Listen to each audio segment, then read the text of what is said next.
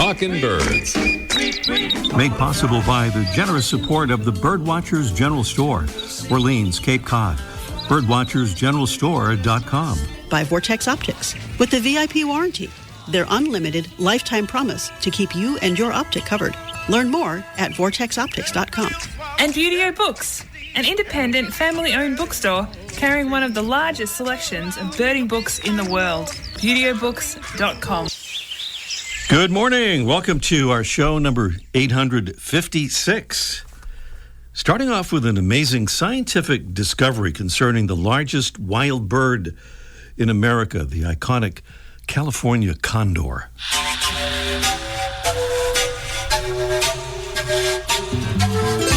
So here's the story. Scientists from the San Diego Zoo Wildlife Conservation Alliance have confirmed the hatching of 2 California condor chicks from unfertilized eggs of 2 condor mothers. That's right, no male condors involved.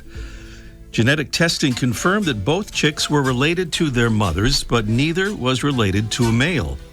So this marks the first 2 instances of asexual reproduction or parthenogenesis to be confirmed in California condors.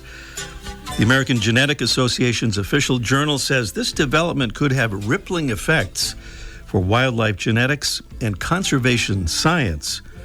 And we hope to have a researcher here on the show soon to talk more about this and about California condors and how they are doing in general, too. Well, we often get to listen to audio postcards sent to us by our own Freya McGregor, but we've also invited Talking Birds listeners to send us their own recordings of their experiences out there looking for birds. And this morning we have one from Linda, a.k.a. Muffy, in Baltimore, Maryland. And here it is. Good morning, birders. This is Ambassador Muffy, and I am in Patterson Park in Baltimore City. I'm with a group of birders. We're walking through the park. Our group has been organized by the Patterson Park Audubon, and we are seeing lots of great birds this morning. Little guys like hermit thrushes and ruby-crowned kinglets and song sparrows and white-throated sparrows. So it's a wonderful day after our horrendous nor'easter of yesterday. But the birds are out, and so are we. Happy birding to you, too. That deserves a little applause there, I think. Nice job. That was pretty good. That's Muffy, Ambassador Muffy, as you heard her say there. If you'd like to send us an audio postcard, just make a little recording and send an MP3 of it by email to ray@talkingbirds.com. There's a bird that's kind of talking because it's sort of saying its name or part of it. It's our mystery bird. This is a preview of our contest coming along a bit later on in our show. The Mystery Bird Contest presented by Red Start Birding. Red Start Birding is your new resource for birding optics, gear, and expertise. Great birding starts at redstartbirding.com. Today's mystery bird is a tyrant. Our bird is 8 to 9 inches long. Its head is black with a strong white eye stripe. The upper parts are brown, the wings and tail brown with usually strong rufous fringes or edges. Its chest and undersides are bright yellow. Its throat is white, and it has a short, thick black bill. Our bird, found year-round, mostly in South Texas, hunts for prey by waiting on an open perch high in a tree and sallying out to catch insects in flight, or sometimes pouncing on small rodents and other small vertebrates. It will also take fruit from vegetation by gleaning and jumping for it or tearing it off in mid-hover. It's our mystery bird. This is the preview. We'll do the show. We'll do the actual contest a bit later on in our show today.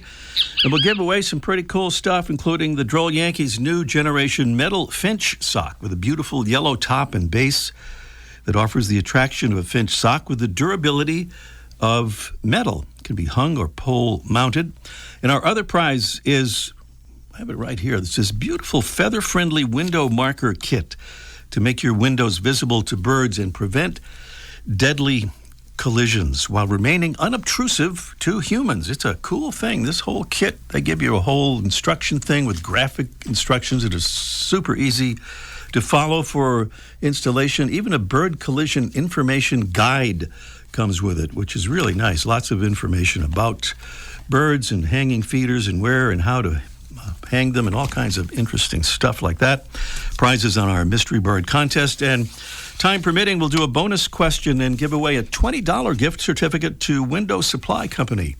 They make all that great stuff for your office or school, all plastic-free and bird-friendly. All that on our Mystery Bird contest coming along on this morning's show.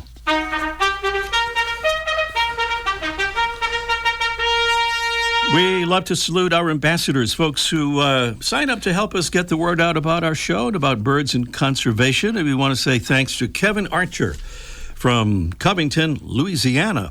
Kevin says, I've been a birder for about 30 years, mostly in southeast Louisiana and lower Ontario, Canada.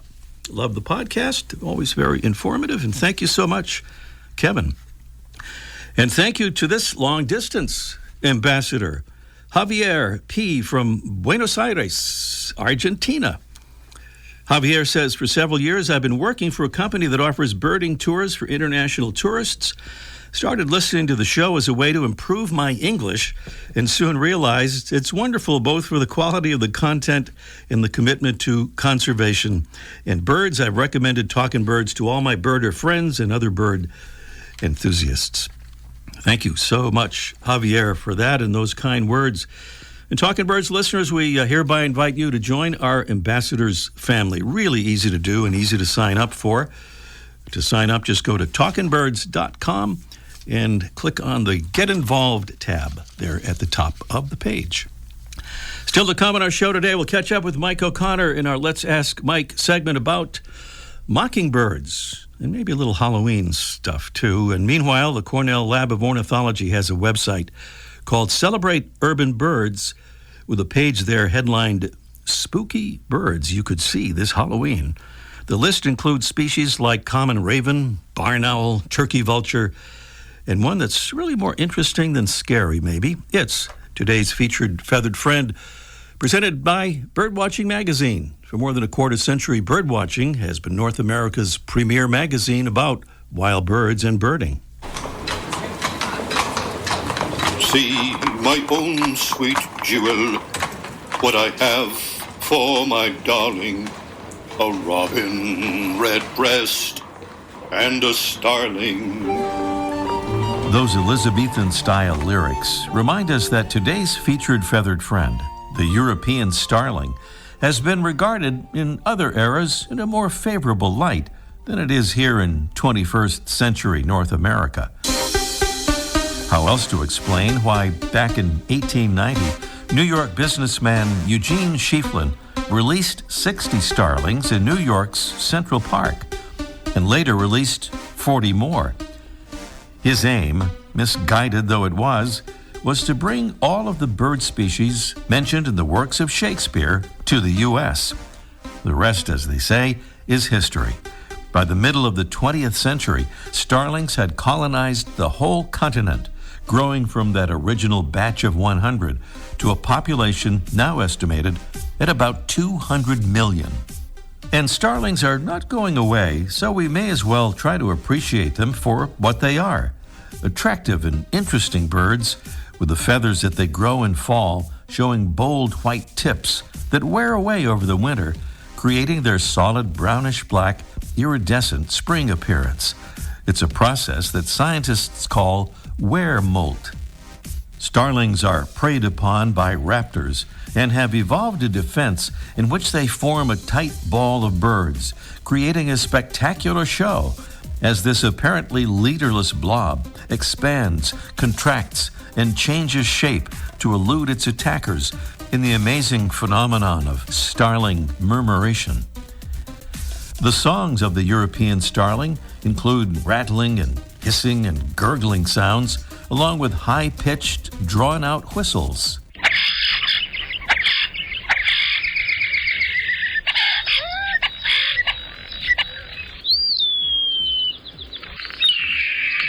That's the sound of a bird that's infamous for stealing nesting cavities from kestrels, flycatchers, swallows, wrens, and bluebirds.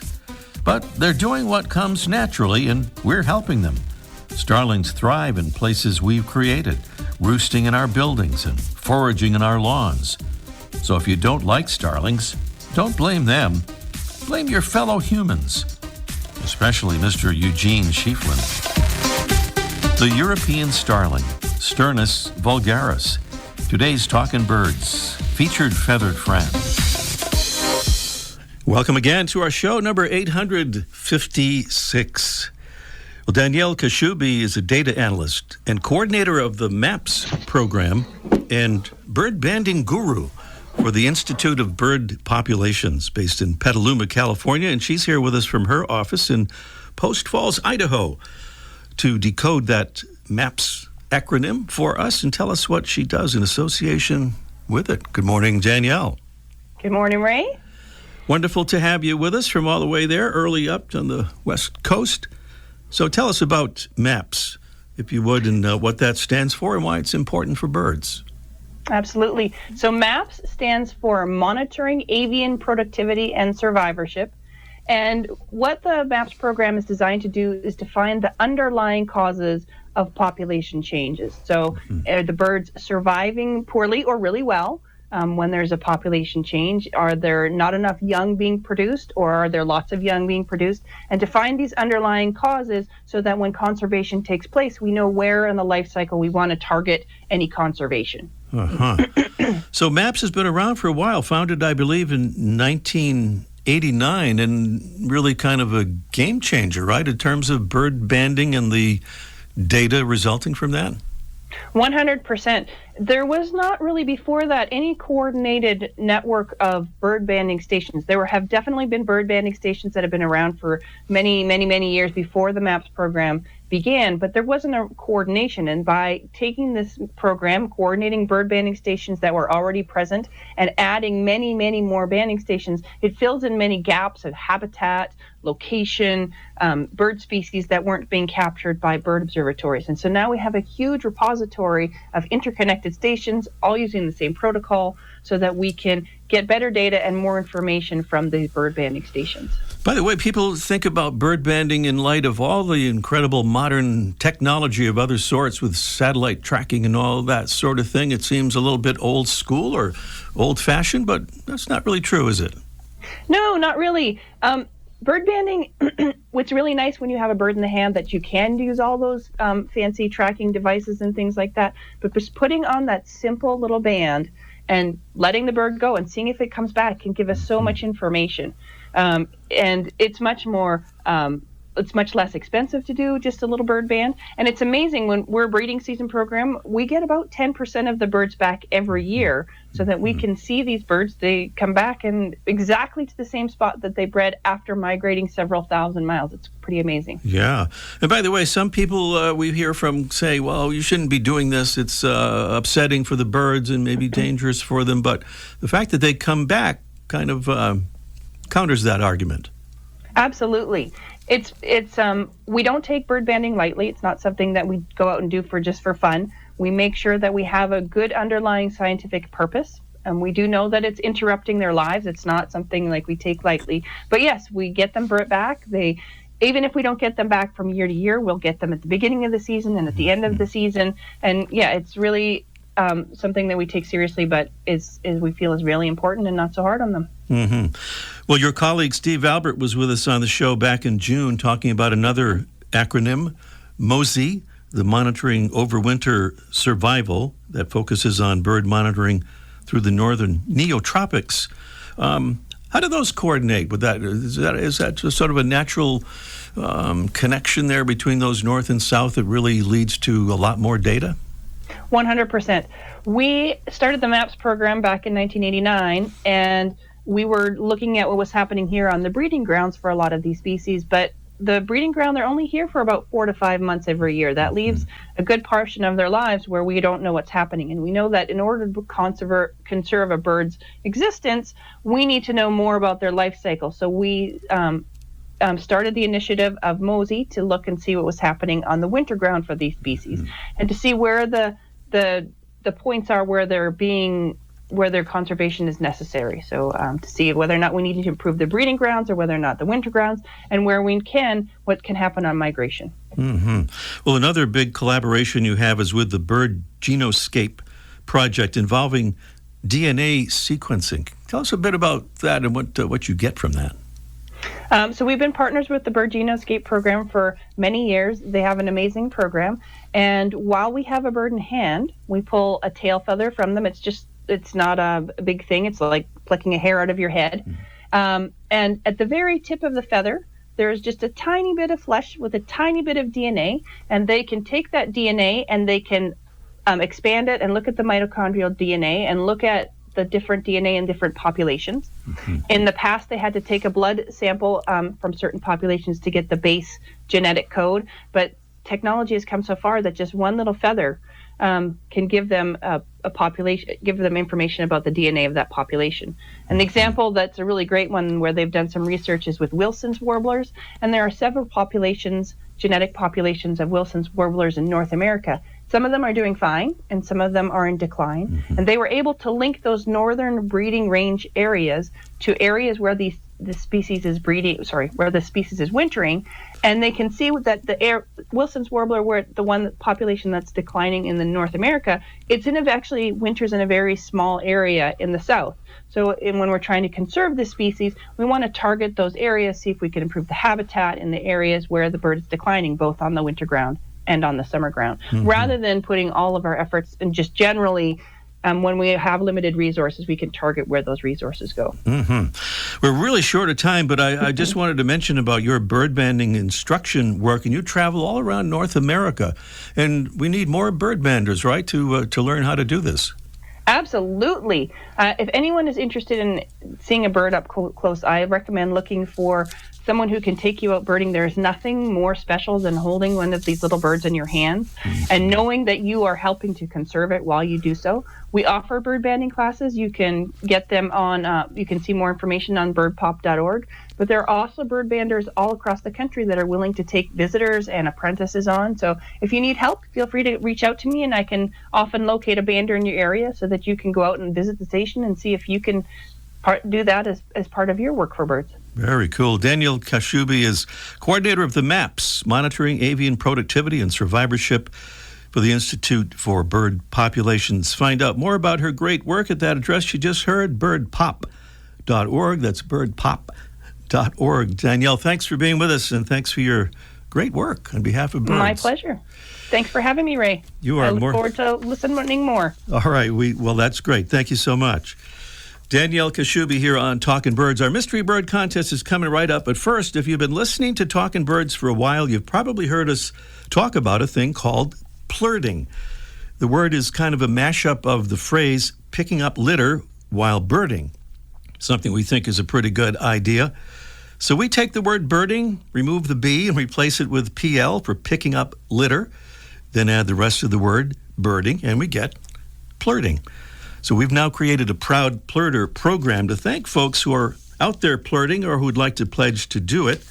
I'll explain how to get involved in a moment. But first, we want to recognize and honor our first official Proud Plurters, and they are Joy Klump from the Woodlands, Texas, and all of the students in her Birding Joy class for new birders that Joy teaches through the support of the Woodland Township Environmental Services Department. Thank you, Joy, and thank you, Birding Joy students, for becoming our first Proud Plurters. Check out our website and Facebook page, and you'll see Joy and her class of new birders proudly holding up their Plurting Pledge certificates, and we've sent them their official Proud Plurter badges, iron-on badges. For details, just go to talkingbirds.com/plurting, where you can see how to become a Proud Plurter. On to our Mystery Bird Contest in just 1 minute. The flutter of a tail feather, the flash of a wing bar in mid-flight. You don't always have a lot of time to identify a bird in nature, let alone to appreciate its beauty. But with Vortex Optics, you'll have the power to bring every wild moment closer. When you choose Vortex, you're choosing to have a partner in the field as passionate about nature as you are. Whether you're spotting old friends on the backyard feeder or packing for a once-in-a-lifetime trip to add a few species to your life list, Vortex offers a full range of optics and optics accessories for every birder and every budget. And whether the birds are taking you to another state or another country, you're always covered by the Vortex VIP warranty, an unlimited lifetime promise to keep you and your optic covered. If you'd like to learn more, or if you need help choosing your next optic, give Vortex a call at 1-800-4VORTEX or visit vortexoptics.com. There's our mystery bird saying part of its name there, kind of. It's a tyrant. Our bird is 8 to 9 inches long. Its head is black with a strong white eye stripe. The upper parts are brown. The wings and tail are brown with generally strong rufous fringes. Its chest and undersides are a bright yellow. Its throat is white, and it has a short, thick black bill. Here in the U.S., our bird is found mostly year-round in South Texas, hunting for prey by waiting on an open perch high in a tree and sallying out to catch insects in flight or to pounce on rodents and similar small vertebrates. It'll also take fruit from vegetation by gleaning and jumping for it or tearing it off in mid-hover. That's our mystery bird. Give us a call and tell us what you think it is. Remember, no correct answer means a drawing determines our winner, so give it a try or tell us what that bird is at 781-837-4900. That is 781-837-4900. Beautiful prizes from Droll Yankees and Feather Friendly are waiting here for our mystery bird contest winner. And once again, that's 781-837-4900. Meanwhile, let's ask Mike live in just 1 minute. Beautyo Books carries one of the largest selections of birding books in the world. New, used, and rare books covering everything from backyard birding to general ornithology, from field guides to photography skills, biography, fiction, and humor. You'll find it all, along with the knowledgeable customer service you've been looking for in one convenient place. BeautyOBooks.com. B-U-T-E-O. BeautyOBooks.com.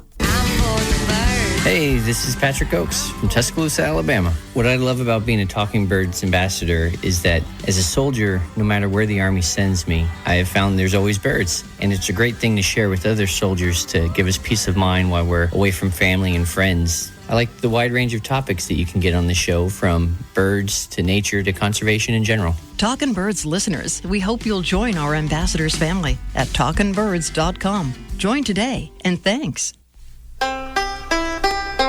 Now it's down to the Birdwatchers General Store on Cape Cod, where trick-or-treaters who visit receive suet bars and little bags of sunflower seed. Mike O'Connor is there. Good morning, Mike.